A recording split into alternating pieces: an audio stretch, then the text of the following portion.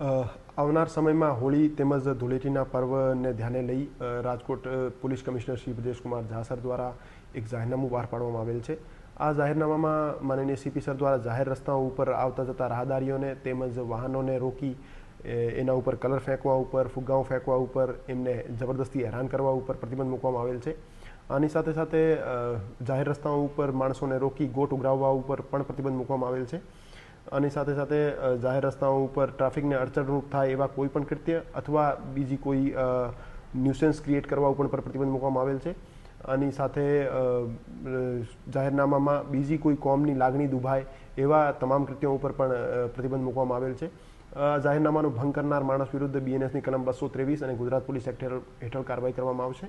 અને હું આપ 100 શહેરવાસીઓને અપીલ કરવા માંગુ છું કે આપ કાયદાની મર્યાદામાં રહી પોતાની પરિવાર સાથે નશાથી દૂર રહી હોળી તેમજ ધૂળેટીનો પર્વ ઉજવો અને કાયદાને સન્માન આપો। રાજકોટનું જે રેસકોર્સ રિંગ રોડ છે ત્યાં લોકો સ્વયંભૂ પોતાની રીતે ધૂળેટી ઉજવતો છે, ક્યાંક તેમાં છેડતી થતી હોય તેવા આક્ષેપ આવે છે, સર શું કહેશો? તમામ જાહેર જગ્યાઓ જ્યાં હોળી તેમજ ધૂળેટીનો પર્વ ઉજવવામાં આવે છે તે તમામ જગ્યાઓ ઉપર લોકલ પોલીસ સ્ટેશનનો કડક બંદોબસ્ત રાખવામાં આવશે। તેમજ રેસકોર્સ ઉપર અમારી સી ટીમની અને મહિલા પોલીસ સ્ટેશનની ટીમો સાદા કપડાઓમાં તેમજ યુનિફોર્મમાં તૈનાત રહેશે અને રોમિયોગીરી કરનાર અથવા છેડતી કરનાર માણસો વિરુદ્ધ કડકમાં કડક પગલાં લેશે।